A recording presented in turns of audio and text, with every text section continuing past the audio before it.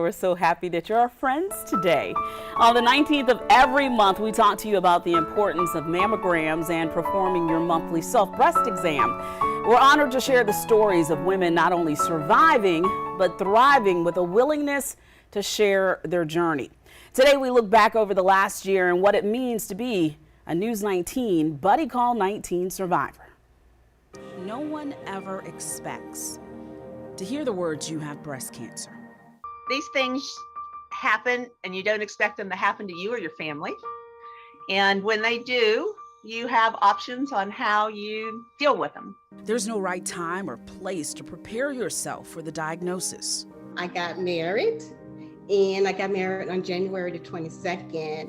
And on January the 31st, we found ourselves in the doctor's office because I had found a lump in my left breast. And I was in remission for 5 years, and my breast cancer came back again. It was a different type cancer. This one was estrogen driven, and it was stage 2 this time. I had a double mastectomy in January of 2021.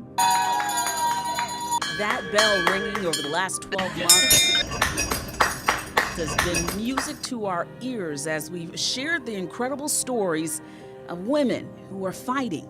I never expected to live this long. And beating breast cancer. After I had cancer for the first time, I realized that the way I looked at losing my hair, the way I dealt with it, was a lot different than most people. In between stories of survival, we took a closer look at research on the disease, like a clinical study at the University of South Carolina on the benefits of rehab after surgery. We are looking at whether early intervention is beneficial for women who've had a mastectomy. Unfortunately, rehab isn't always the norm when you're diagnosed. When it comes to cancer, sometimes the war isn't won after the first battle. This is my second round with breast cancer. I had breast cancer in 2014, not only cancer in one breast, but both breasts, 2 different types of breast cancer. Each surviving with their best face forward on more days than not. You can feel beautiful, you can look beautiful, you can sound great, all those things after breast cancer. When you go through something like this, you are given a phenomenal testimony and use it. It was really tough when I first found out because I just couldn't believe it. I just wasn't prepared to hear that.